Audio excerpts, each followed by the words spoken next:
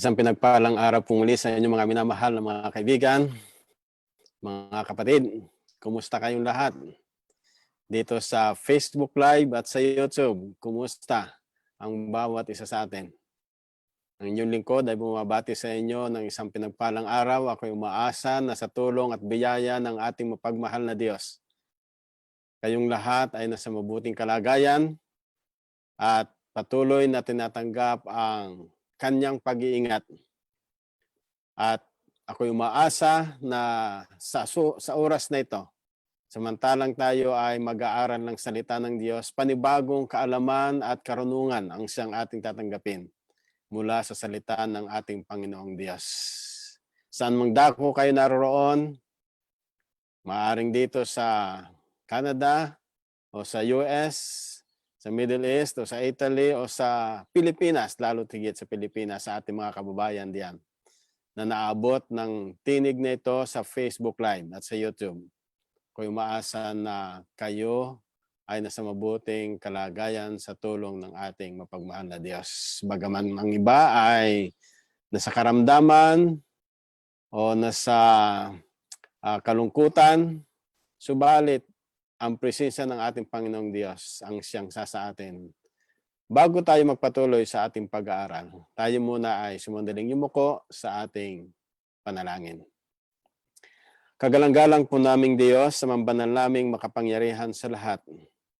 Ikinagagalak namin muli sa oras na ito na magkaroon ng panahon upang mag-aral ng inyong salita. Maraming salamat, Panginoon, sa buhay at kalakasan na siyang aming tinataglay. Aming kinikilala na ito'y mula sa inyo. At maraming salamat na sa pagbukas namin ng inyong salita ay bubuksan din ninyo ang aming puso't kaisipan sa pag-unawa nito. Higit sa lahat, Panginoon, ay ang tulungan ang bawat isa sa amin sa pagtanggap nito at may apply namin ito sa aming buhay. Alalahanin, Panginoon, ang aking mga kaibigan dito sa Facebook Live at sa YouTube. Naway sa kanilang pakikinig at panunood ng episode na ito o ng pag-aaral na ito ay makinabang ang bawat isa at higit sa lahat ay makakilala at tumanggap sa inyo bilang personal na tagapagligtas. Maraming salamat sa inyong pagdinig sa aming dalangin. Ito po ay aming ninit na pasalamatan sa pangalan ng Panginoong Hesus. Amen. Mga minamahal na mga kaibigan, sa oras na ito, ang inyong lingkod muli ay magbabahagi ng isang napakagandang pag-aaral na kung saan, katulad ng ating binabanggit ng mga nakalipas, itong pag-aaral na ito na may pinamagatan na The Message. I'm just one of the messengers in the last days, in these last days, proclaiming the good news of salvation as it was written in the book of Revelation chapter 14. So, ang inyong lingkod, ako'y maasa na ito'y magiging pagpapalang muli sa bawat isa sa atin. At kung ating babalikan yung ating mga pinag-aralan ng mga nakalipas, ating titingnan ang kung saan ay sumandaling ating reviewin ang mga bagay na ito. Ito'y mga mahalagang paksa na kung saan ay aking ibinahagi sa inyo at kung kayo mayroong mga katanungan, inyong subaybayan o tingnan doon sa aking account sa Facebook Live o kaya naman ay sa YouTube. Tingnan lang ninyo yung title na ito sa YouTube at makikita ninyo doon yung mga inilagay ko. Mayroong iba doon part 1 at saka part 2. So, ako'y maasa na kung kayo mayroong mga katanungan ay ito'y magkakaroon ng kasagutan sa inyo. O kaya naman ay inyong personal na bigyan ako sa Messenger o kaya dito sa Facebook Live. Mag-note lang kayo upang kung magkaganon ay maibigay ko sa inyo ang lubos na kalinawan at saka additional na mga text kasi yung ating ibinibigay dito ay maaring hindi pa sapat. Subalit, yun yung mga nais na ipunto sa atin ng banal na kasulatan ng salita ng ating Panginoong Diyos. Yan po yung mga talata o mga title na ating pinag-aralan noon. The Holy Bible, Jesus' Second Coming, signs of Jesus' second coming, the law of God, the Sabbath day, change of the Sabbath day, laws of health, and questions of health laws. So, yun yung mga mahalagang paksa na ating pinag-aralan noon.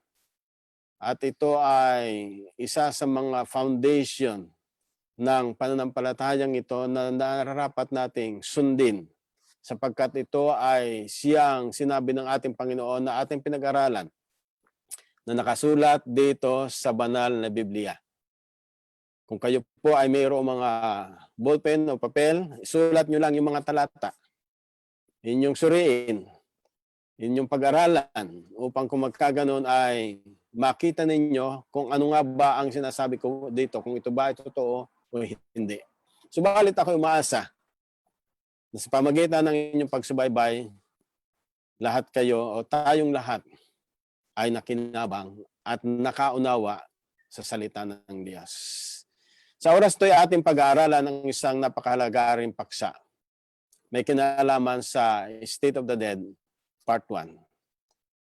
Ang Part 2 ay sa Thursday, kasi sa loob ng 30 minutes, sinisikap ko na ipagkaloob sa bawat sa. At usually dito ay mga text ang ating pinag-aaralan talaga.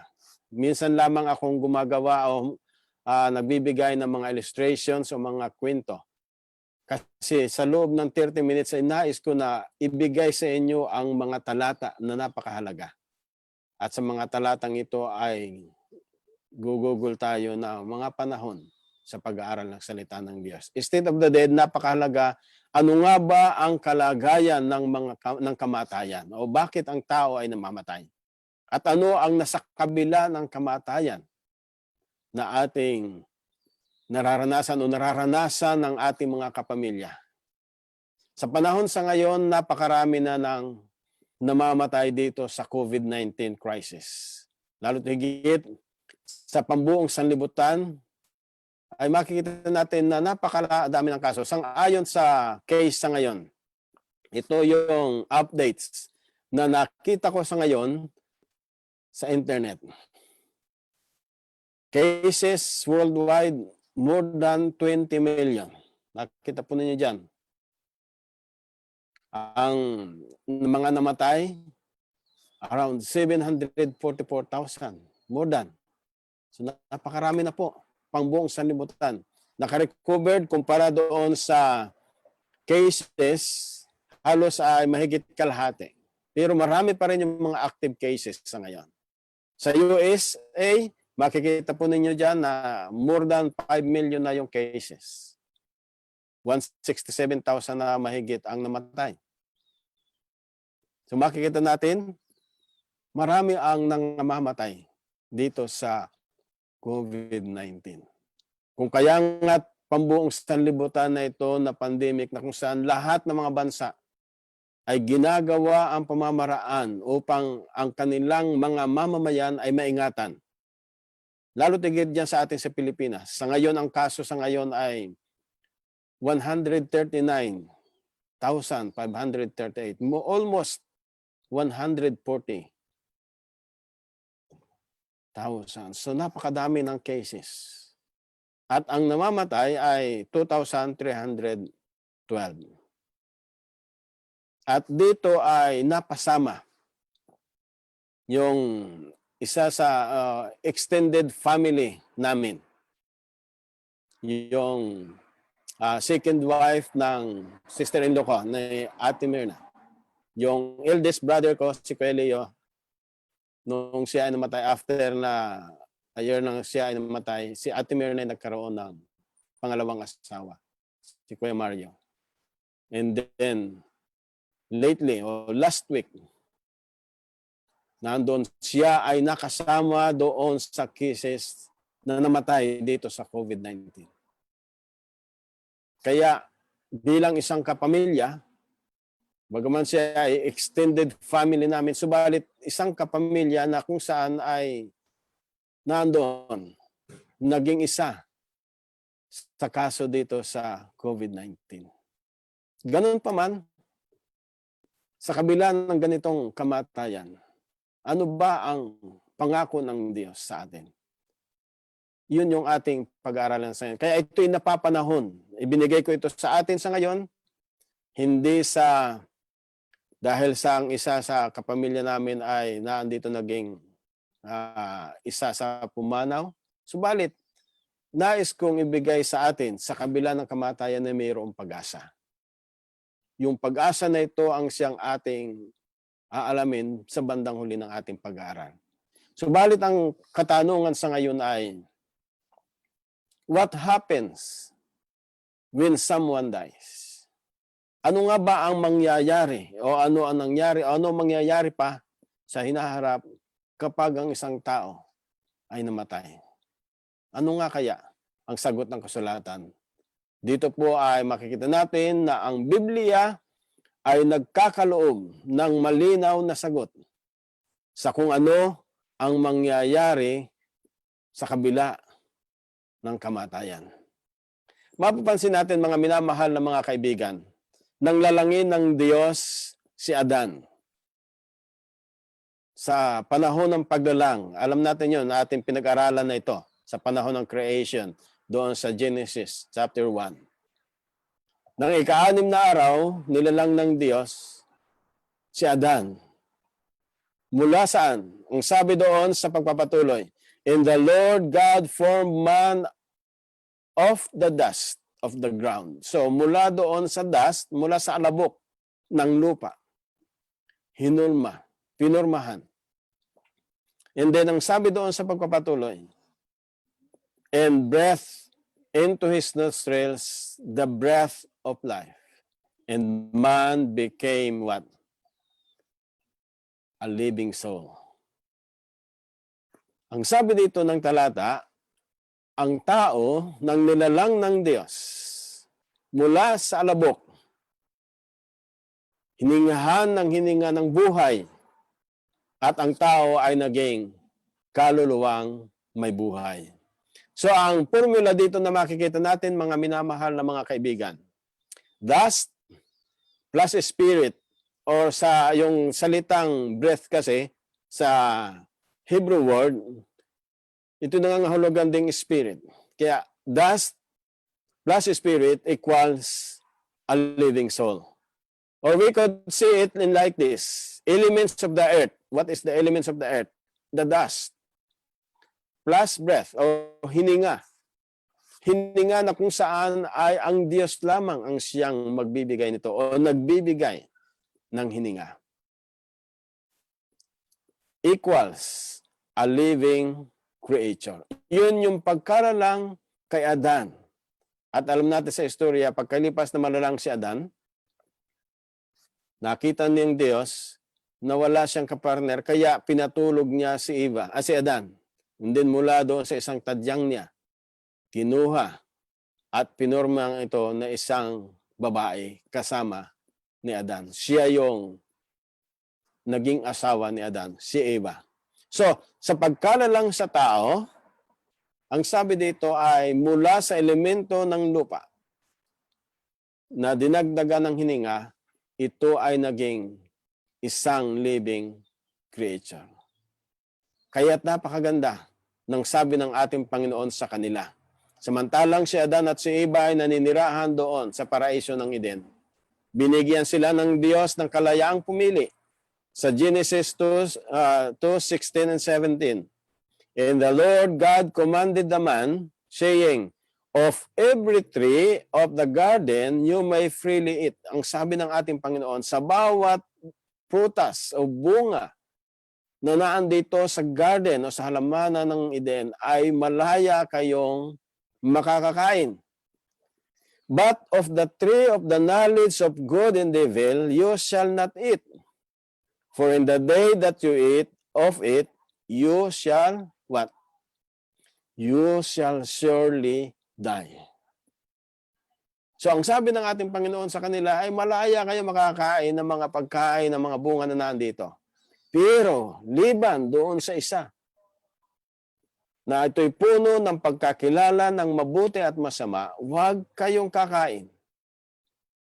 Sapagkat sa oras na kayo kumain, sa araw na, panahon na kayo kumain, ang sabi diyan, you shall surely die. So yun yung sabi ng ating Panginoon. At alam natin ang istorya na si Adan, samantalang naandoon sila doon sa halamanan ng Eden. Si Eva naman ay naandoong natokso ng dyablo. Kaya nga't ang sabi ng dyablo, ito yung unang pagsisinungaling ng dyablo kay Eva sa pagtukso sa kanya. You shall not surely die. Ano ang sabi ng ating Panginoong Diyos? Sa oras na kayo kumain, kayo'y mamamatay. Pero ang sabi ng dyablo, hindi ka mamamatay. Kaya't i-define ng ating Panginoong Hesus yung ginawang kasinungalingan ng dyablo. Sa John 8:44, ang sabi niya, there is no truth in him. For the devil, there is no truth in the devil. When he speaketh a lie, he speaketh of his own. For he is what? He is a liar and the father of it, or a father of lies. Yan yung likas ng kaaway. Kung kaya nga't ang sabi doon, si Adan at si Eva ay nalinlang na daya ng kaaway ni Satanas o ng devil. Mga minamahal na mga kapatid, nung sila ay nagkasala, pumasok ang kamatayan. Sila ay pagkalipas ng mga ilang panahon, maraming panahon, mahigit na sa naraang taon na nabuhay si Adan, nakaranas sila ng kamatayan. Kaya nga't ang sabi doon, kung ating papansinin sa aklat ng Ezekiel 18 verse 4, ang kaluluwa na nagkakasala, sila ay mamamatay. Alam natin ang elemento, di ba? Yung alabok, tapos yung hininga ng buhay, sila ay naging kaluluwang may buhay. Hindi yung kaluluwa ay hindi yung nalaman natin simula noon na kapag ang tao ay namatay, mayroong something na aalis sa kanya, hihiwalay sa kanya, and then ang sabi nila, yun yung kaluluwa.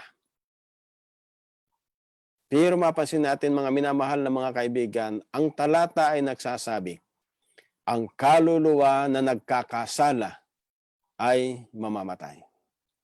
So yung kaluluwa na yon na tinutukoy doon sa Genesis ay yung kaluluwang buhay.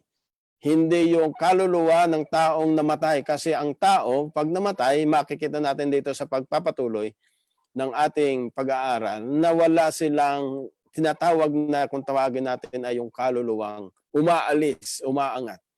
Na kung saan ang sabi ng iba, kapag ang tao ay namatay na mayroon siyang kaunting kasalanan, siya ay pupunta doon sa purgatorio. Ang gagawin naman ng mga mahal sa buhay, sila ay ipapanalangin, ipagdadasal upang sila ay makaalis doon sa purgatorio, makapunta doon sa langit. Iyan yung mga tradisyon o mga katuroang hindi sinasabi sa banal na kasulatan. Wala po tayong makikita sa banal na kasulatan na purgatorio. Ang sinasabi ng ating Panginoon, kapag ang tao ay namatay, sangayon sa ating pag-aaral, nandoon ang kanyang hininga. Okay, itutuloy na natin ang sabi dito. So, elements of the earth minus breath equals a dead body. Ano raw po? Yung elemento ng lupa na siyang alabok. Kapag nawala yung hininga ng buhay, ito ay isang patay. Minsan mayroong nagtatanong sa akin, nagtatanong sa atin na naririnig, ano yung ikinamatay ng taong ito o ng taong iyon? Maaaring nasa babanggit natin, ay namatay siya kasi nakalimutan niyang huminga. Nakalimutan huminga, pero hindi ganun mga minamahal na mga kaibigan. Ibig lang sabihin, ay yung paghinga na yon, kapag nawala, ay patay talaga. So, yung hininga ng buhay na ito, na kung saan ang Diyos lamang ang siyang may bigay, kapag nawala sa isang tao, siya ay patay. Ang sabi ng ating Panginoon sa pagpapatuloy, sa Job 7 verse 9, As a cloud vanishes and is gone, so he goes down to the grave, does not return. He will never come to his house again. Mga minamahal na mga kaibigan, ang sabi ng talata, kung ang ating mahal sa buhay ay namatay, hindi na siya muling babalik sa ating tahanan. Minsan nararamdaman na ririnig natin yung mga ganyan, mga kasabihan na yung ating mga magulang o kung sino yung namatay sa ating mga kapamilya, sila ay magpaparamdam sa atin, sila ay maglalagabog doon sa kusina, magpaparamdam na kung ano yung nararamdaman nila natin. Nagpapakita, sabi nila. Pero ang sabi po ng talata, yun po yung mga nasa isipan lamang nila. Subalit maliwanag ang sabi ng banal na kasulatan, kapag ang tao ay namatay, kailanman siya hindi na muling babalik pa sa kanyang tahanan kasi wala na siyang hininga para siya ay bumalik pa. At yung kanyang hininga, ang sabi doon, okay, ang sabi pa dito sa Job 16 verse 22, when a few years are come, then I shall go the way whence I shall not return. Yun ang sabi ni Job sa kanyang sulat. Napag-aralan natin yung karanasan ni Job noong nakalipas na Sabado na i-discuss ko sa inyo. Sa tindi ng karanasan ni Job, sa kanyang pagkakasakit, ang sabi niya, when a few years are come, then I shall go the way whence I shall not return. Kung siya man ay mamatay, pupunta siya doon pero hindi na kailanman siyang babalik pa sa kanyang tahanan o kung saan man. Ganun po, mga minamahal na mga kaibigan, ang sinasabi ng talata ng Biblia. At ang sabi pa dito sa pagpapatuloy, sa Ecclesiastes 12:7 na binigay sa atin ni Haring Solomon, then the dust will return to the earth as it was, and the spirit will return to God who gave it. Maliwanag dito mga minamahal na mga kaibigan, na ang tao kapag namatay, darating ang panahon, sila ay babalik muli sa alabok. Pansinin ninyo, yung mga taong nasa puntod, after 5 years, buksan yung 10 years, buksan ninyo yung nitso, wala na kayong makikita kung anong inilagay nyo doon, nakabaong. Ang naan doon ay alabok na. O maaari mayroon pang ilang particles na buto na habang hindi pa tutunaw. Pero time will come, ang sabi doon, the dust will return to the earth as it was. Pero yung spirit, yung hininga na yon, ito'y babalik sa Diyos. Dahil Diyos ang nagbigay, Diyos din ang siyang tatanggap nito. So yun po ang sinasabi ng banal na kasulatan. Hindi yung tao o yung kaluluwa na yon ay babalik pa kung saan, kundi yung hininga lamang ang babalik sa ating Panginoong Diyos. Yan po ang maliwanag. Ang sabi pa ni Haring David sa Psalms 146, verse 3 and 4, put not your trust in princes, nor in the Son of Man, in whom there is no help. Huwag daw po nating ilagay yung ating pagtitiwala kung kani-kanino sa mga prinsesa o sa mga anak ng tao, sapagkat wala silang may tutulong sa atin. His breath goeth forth, he returneth to his earth. In that very day, his thoughts perish. Makikita natin dito mga minamahal na mga kaibigan. Ang kanya raw hininga ay mangawawala, ito'y babalik. At ang sabi doon, the very day his thoughts will perish during that day that he died. Mga minamahal mga kaibigan, ibigay lamang po natin ang lubos na tiwala sa ating Panginoong Diyos, hindi sa kung sino man, dahil ang Diyos ang siyang may-ari ng ating buhay. Kaya nga't ang sabi po ng talata, Ecclesiastes chapter 9 verse 5. For the living know that they shall die, but the dead know not anything. Yun po ang sinasabi ng ating Panginoon. Alam natin, dahil tayo buhay, makakaranas tayo ng kamatayan. Dahil sa ang sabi nga ng talata doon sa Romans 6:23, ang kabayaran ng kasalanan ay kamatayan. Kaya nga alam natin, dahil sa tayo ay nagkasala, yung ating mga unang mga magulang hanggang sa panahon ni Adan at ni Eva, kung ating ititrace, sila'y nagkasala. Alam natin na tayo nagkasala. Subalit yung mga taong nangamatay, kailanman, sabi din dito, wala silang anumang nalalamang ano paman. Kaya huwag kayong matakot. Kung halimbawang ang inyong mamahal sa buhay ay namatay, huwag kayong matakot. Maaaring sabihin ninyo, oy, nagpaparamdam siya kung saan. Dahil sa hindi ko siya pinansin noon, ngayon pinapansin ako. Ngayon ay nagpapakita sa akin, hindi po mga minamahal na mga kapatid. Iyon ay nasa isipan lang natin. Umaaring idinidikta ng kaaway para tayo ay linlangin. Para tayo ay hindi magtiwala sa Diyos. Subalit mga minamahal na mga kaibigan, ang sabi ng ating Panginoon, the dead praise not the Lord, neither any that go down into silence. Ano raw po? Yung mga taong mga nangmatay, kailanman sila hindi na nangapagpupuri sa ating Panginoong Diyos. Bakit? Sila wala nang hininga.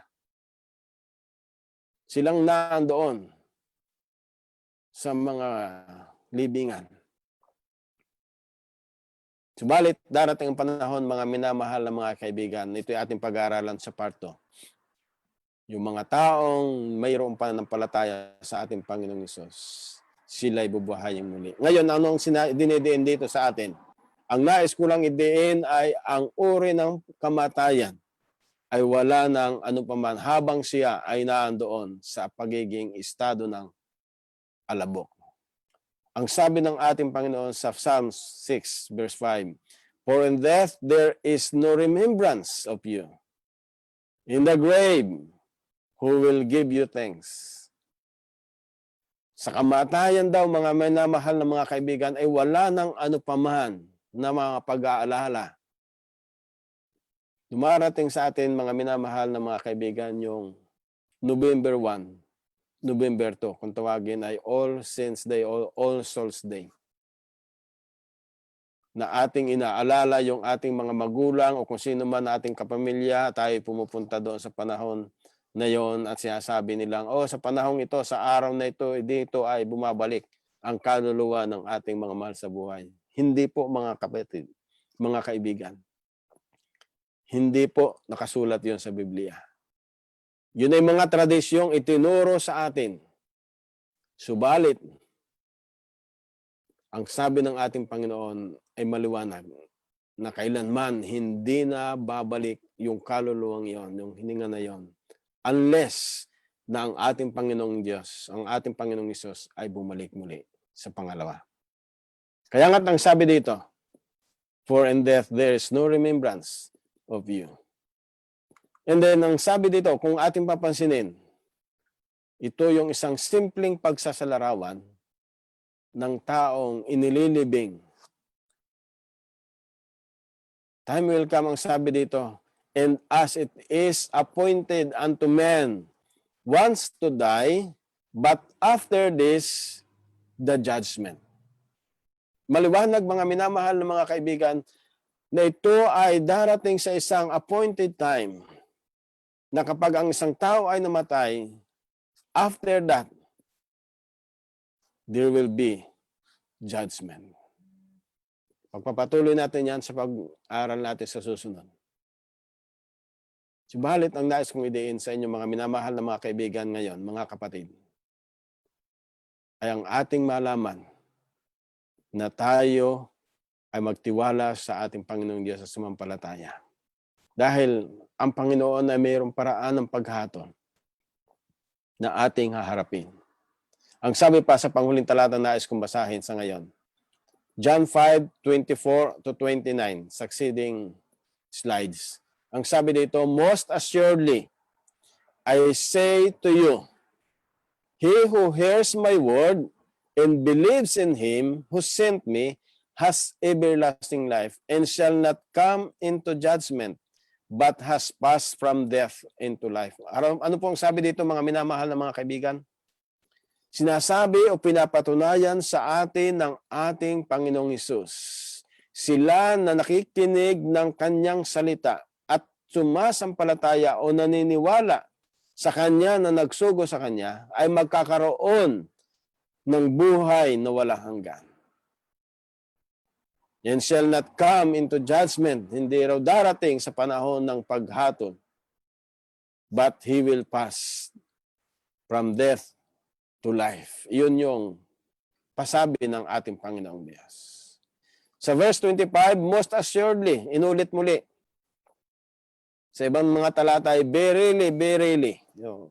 Assuredly, God said, or Jesus said, I say to you, the hour is coming, and now is, when the dead will hear the voice of the Son of God, and those who hear will live. Ating pinag-aralan po ito doon sa panahon ng second coming ni Jesus. Yung title natin is Second Coming. Sa kanyang muling pagbalik. Yung mga taong nangamatay, ang sabi doon, sila'y makakarinig ng tinig muli ng ating Panginoong Diyos. Maaaring isipin natin, paano pa yung makakarinig? Sabi ko nga kanina, sila'y alabok na. Sila'y wala ng hininga. Sa atin, imposible. Pero ang Diyos, sa Kanya ay walang imposible. Saan man naroon yung alabok na yon. Maaaring sabihin natin, ito'y natunaw na, pero sa diwa ng kapangyarihan ng Diyos, sila'y tatawagin muli. At ang sabi doon, those who hear will live. And in verse 26 and 27, for as the Father has life in himself, so he has granted the Son to have life in himself, and has given him authority to execute judgment also, because he is the Son of Man. So ang sabi dito, kung ating papansinin mga minamahal na mga kaibigan, kung paano nga ang Ama ay mayroong buhay sa kanyang sarili, ganun din naman ipinagkaloob niya ito sa kanyang anak, ang ating Panginoong Hesus. At time will come, he will execute judgment. Panghuling talata 28 and 29, do not marvel at this. Huwag nating sabi dito, huwag tayong mag-marvel o huwag nating sabi dito, huwag tayong maglumihanan dito o sa iba pang mga talata na parang tayo ay namamangha. O yun, huwag nating ikamangha ito. Do not marvel at this. For the hour is coming in which all who are in the graves will hear His voice. Ano raw po? Maliwanag ang sabi ng ating Panginoong Hesus. Silang mga naandoon sa libingan, makakarinig sila ng kanyang tinig. And in verse 29, in comfort, sila'y mabubuhay, aalis doon. Those who have done good, to the resurrection of life, and to those who have done evil, to the resurrection of condemnation. Maliwanag po dito mga minamahal na mga kaibigan, dalawang uri ng mga taong muli ang aking babanggitin sa inyo sa ngayon. Silang mga gumawa ng mabuti. Buhayin sila ng ating Panginoon ay doon sila sa resurrection of life. Silang gumawa ng kasamaan o ng kasalanan. Sila'y namatay na walang pananampalataya at pagsunod sa ating Panginoong Diyos. Sila'y mabubuhay muli para doon sa kaparusahan. Ang pagpili ay sa inyo at sa akin. Saan tayo paroroon? Alin ang ating pipiliin? ang buhay o ang kamatayan. Sa ganang akin, ang gusto ko'y mamuhay ng sumusunod sa ating Panginoong Hesus. Upang kung dumating man sa akin ang kamatayan, sa kanyang biyaya, ay naandoon maaaring ipagkaloob ng ating Panginoong Diyos para sa akin ang resurrection of life. Kasi naandoon sa pananampalatayang ating pinanghawakan, sumusunod tayo sa ating Panginoon, bunga ng ating pag-ibig sa Kanya,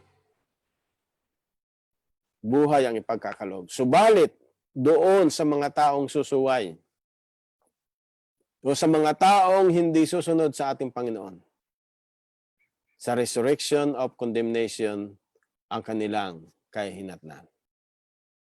Mga minamahal na mga kaibigan, ang ating Panginoong Hesus ay nanawagan sa inyo at sa akin. Nasaan ang ating pagpapasya? Ano man ang ating kasalanan, ilapit natin sa Kanya. Kung tayo man ay datnan ng ating Panginoong buhay, mas mabuti yon na hindi na tayo makakaranas ng kamatayan. Subalit kung tayo datnan niyang tayo nangatulog o nangamatay, ay naandoong ibabangon muli tayo ng ating Panginoon sa buhay ng walang hanggan. Mga minamahal na mga kaibigan, bago natin tapusin yung ating pag-aaral sa ngayon, ay ating pakinggan ang isang mensahe ng awit na ipagkakaloob sa atin sa Organic Albay. Pakinggan natin yung mensahe ng awit na napakahalaga sa inyo at sa akin. At ito ay magbubuklod sa atin para tanggapin natin ang ating Panginoon bilang ang personal na tagapagligtas. Pagpalain tayo ng ating Panginoon. Pakinggan natin ang awit.